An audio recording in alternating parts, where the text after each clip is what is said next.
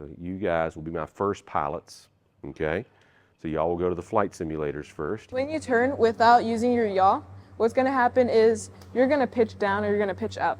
So today is Kent Innovate. We've invited middle schoolers from all over the district to come here and see our programs. We have 5 programs here that they can walk through and do some hands-on activities and just see what this place is all about. So this allows you to see all the components.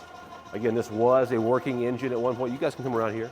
When you're hands-on, again, the learning does come alive. I really like aerospace engineer. I feel like this would be really fun to do. I definitely want to be an aerospace engineer when I grow up, so I feel like this is a good opportunity before high school to come and learn about the stuff. Then in high school, I can come and actually do it. These middle school students, they're blown away when they get in here and they see the equipment and the resources they get to have hands-on with.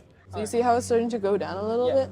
So you can go up. These are the future of our enrollment here, the future workforce, and we're excited about what the future holds.